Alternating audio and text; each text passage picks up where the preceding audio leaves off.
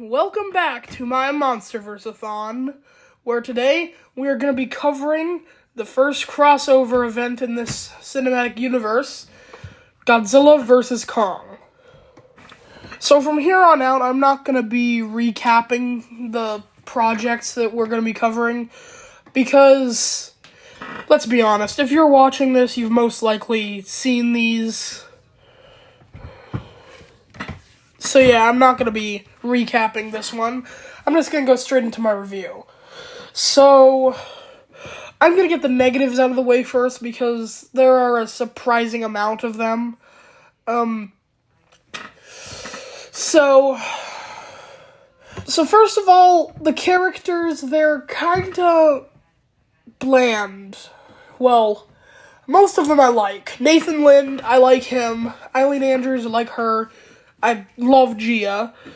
But Ren Serizawa, specifically, he wasn't a... Okay, I'm just gonna say this. I'm just gonna spell it out. He wasn't good as a character, because he had no character. He had 5 lines of dialogue tops, and he had, less than 3 minutes of screen time. Oh, and did I mention Ren Serizawa? Serizawa! The son of Ishiro Serizawa. Got no character. Okay, so the entire history of Ren Serizawa in this movie shows up. Name dropped as Ren Serizawa. We learn that he's the pilot of Mechagodzilla, the movie's villain. And then he dies. That's it. That's Ren Serizawa's whole character, explained right there. I just wish we got more from him. Now, I know that the novelization covers all of this, but that doesn't excuse the fact that the movie didn't. Movies shouldn't really require homework. So moving on, I thought the writing on Team Kong's end was pretty decent. But the writing on Team Godzilla's end was just... It wasn't really great. It's just a bunch of conveniences lined up together with no effect on the plot at all. So basically, Madison Russell and her team, I guess, Bernie and Josh, they break into Apex, encountering zero security whatsoever. The only thing that they're good for, plot-wise, are 2 things. 1, they show off Mechagodzilla in his full glory.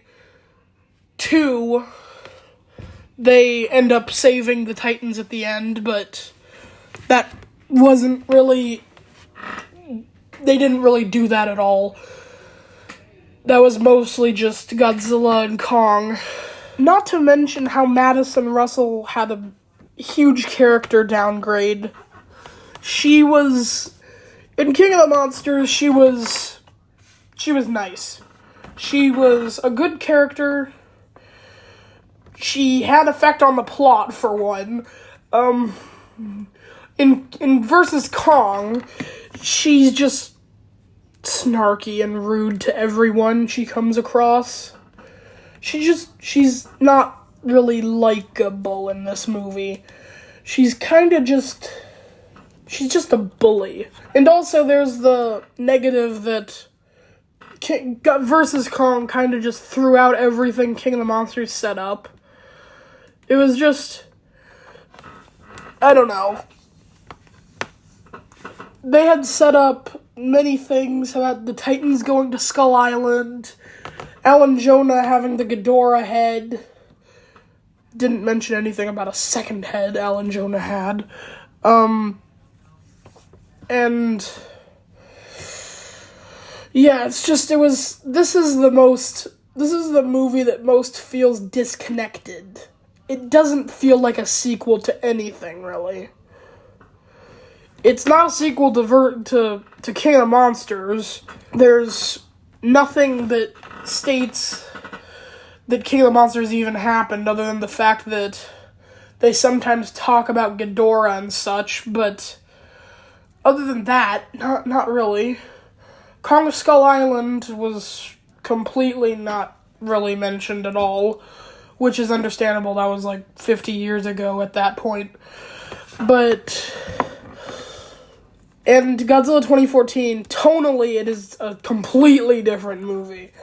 Alright, so those are some of my critiques. So let's go into the positives now, because I know that's what you were all here for. So first of all, the monsters.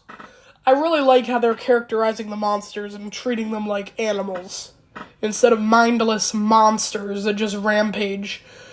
Kong really won me over. Before I went to see Godzilla vs. Kong, I was like, oh, Godzilla's gonna just destroy this guy and I won't even care. No, Godzilla vs. Kong really won me over as a Kong fan. Well, I'm still Team Godzilla for life, but Kong was amazing in this movie, and Godzilla was quite good too.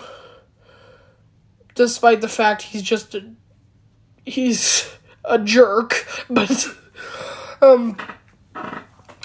Godzilla was pretty good too. I like how they humanized him. Well, okay, not humanized. I like how they gave him, like, laughs and times where he felt like a character.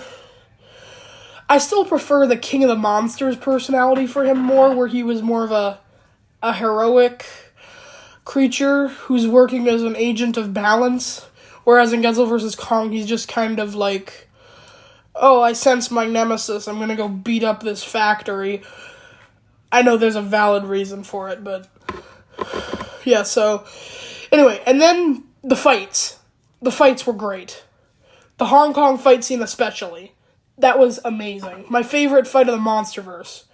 The aircraft carrier fight was amazing too. It proves that Godzilla is good in all.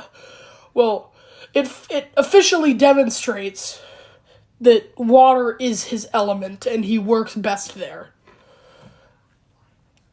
And of course, the Mechagodzilla fight was cool. And speaking of Mechagodzilla, I'm gonna have to give a point to Mechagodzilla. Mechagodzilla's design and character was great. A lot of people seem to dislike the Mechagodzilla design for this movie because it strays too far from the original. I just frankly don't agree. This Mechagodzilla was amazing. The claw hands, the dead, soulless eyes that don't move. It was all perfect. And I'm also going to have to give a point to the Team Kong cast because they did fantastic. Nathan Lind, he is my favorite character from this movie. He was great. Gia was great. Eileen Andrews was good. And also, I'm just going to have to give a point to the Hollow Earth fauna because the Titanus Doug, the Warbats, the Mantle Claws, they were all designed so great. Well, Doug is just kind of a giant lizard. But the Warbat, it's a giant snake with wings. That is terrifying. I hope we get to see more of it in the future, because that kind of creature just can't just be a one-off monster. So yeah, overall, I think this was a good movie. It's a good turn-your-brain-off movie, but when you really pay attention, it doesn't make sense at all. But, yeah. Plugging into the scale, I am going to give it an 8 out of 10. Join me again next week, same day, same time probably, when we visit the TV show Revisiting Skull Island.